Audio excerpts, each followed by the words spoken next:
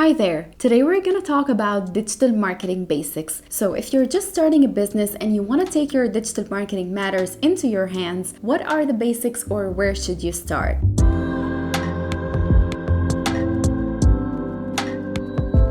A common mistake that small businesses make is that they start by choosing a channel that they think is best suited for their business. They create an account and then start from there. This sequence actually puts the cart before the horse. Choosing your channels is one of the last things you should do when you're just starting. If you start by creating an account on any of the channels, then you will be faced with too many unanswered questions like what should you post and how often, how will you speak with your audience, what kind of visuals will you create, and how can you sustain this and create content on a regular basis? Where to go? You will end up taking random steps that don't really contribute to the growth of your business. To do things in the right order, start by strategy. Strategy is the bigger picture. This is going to be the basis of where you want to go from here. So first of all, what are your business objectives from using digital marketing? What do you expect it will achieve for your business? Do you want to have more sales? Do you want to create content and grow as a content creator? Will you only use it as a tool to generate leads maybe because your sale is completed offline? That will change the way you see things and the way you approach digital marketing. Setting those objectives and expectations will help you identify the right way to go. Step 2 is to identify your target audience. So think of things like what does your product or service solve and who would be interested to hear about that solution? Are you targeting businesses or direct consumers? What's the pricing